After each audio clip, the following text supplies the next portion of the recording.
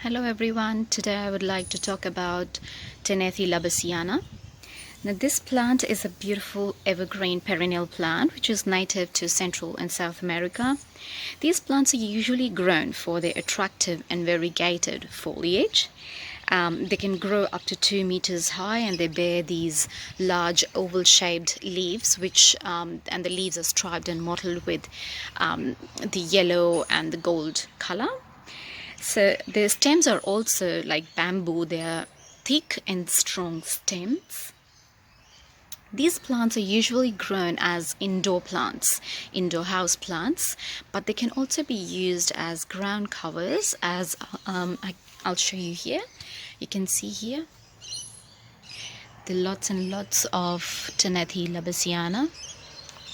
So these plants can grow as beautiful ground cover as well, but ground cover only where it's shady place, because these plants do not like to be in direct sunlight. They like to be in a place which receives a lot of indirect bright to medium light. These plants are moisture-loving plants. They like to stay in the soil, which can retain a lot of moisture. But yeah, at the same time, the soil needs to be well drained, because if the soil is not well drained, the roots will get root rot, and that's no good for the plant. So you need to make sure that the soil is well drained, but also the plant needs to stay in moist conditions.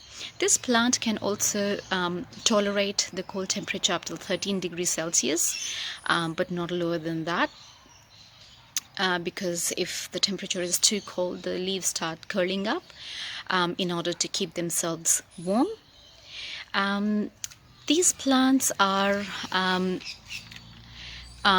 susceptible to get the slugs or snails or mealybug infestation, but what you can do is, if you get that infestation, you can dilute 1 teaspoon of baking soda into water and then spray that water on top of the leaves in the evening time or during the night time on the leaves and the stem of the plant, and do it maybe 3-4 days, and you'll see that your plant has got rid of all the mealybugs and the slugs and snails also, because that soda bicarb, it repels slugs and snails.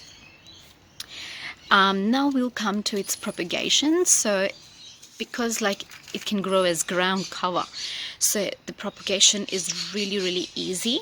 So with this Lubbersiana, the good thing is that when the plant is growing, there will be one stem that will grow really long. I'll show you.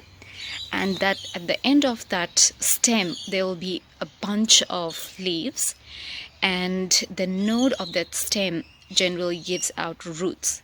So what you can do is you can snip out that stem and then pop that node, that whole bunch of leaves with that node, in water or in soil, and the roots will start coming out, and you'll get your own new Ctenanthe Lubbersiana either in a pot or on the ground, wherever you want. So I'll show you the propagation today. So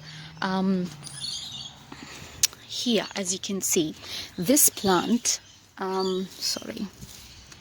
this one over here, so this is a extra long stem, and here is the node which has got a bunch of leaves over here. So now this point over here, if you cut the stem, snip it up from here, this side, and then place this whole part, dip it in water or into the soil, these nodes over here will give out roots. And then this as a bunch, you can also, what you can do is you can separate these nodes.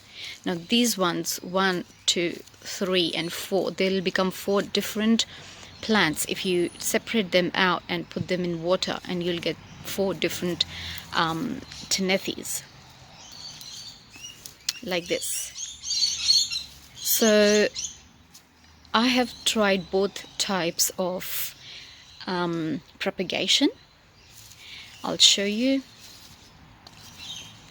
What I have seen is that propagation through water gives you best results and quick results, but propagation in soil might take a little while for the roots to grow out.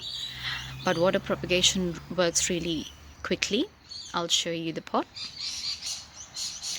So here I have this water propagation cup. So I have placed all my cuttings into this glass with water in it, and I'll show you some of the cuttings that have given out roots in it. I'll show you.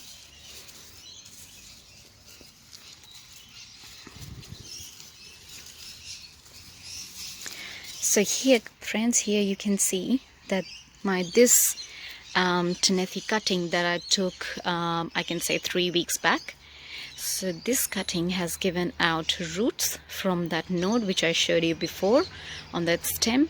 So you put it in water and the roots will start popping out from there. So now this plant, once the roots grow a little bit more bigger, I can pop this plant into the pot, and I'll get my own new Ctenanthe Lubbersiana. I can show you more pots, more plants.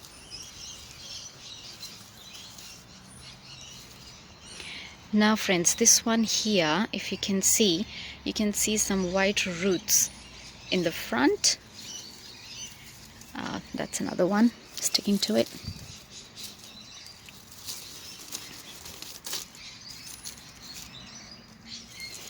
And there are some white tiny roots coming out from here. So some white roots over here and some white roots over here. And here, this plant has also got some roots.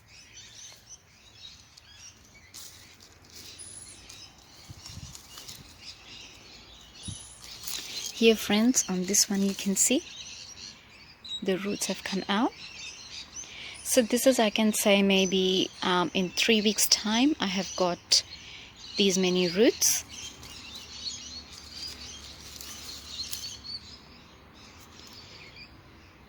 So, and the leaves are also nice and healthy.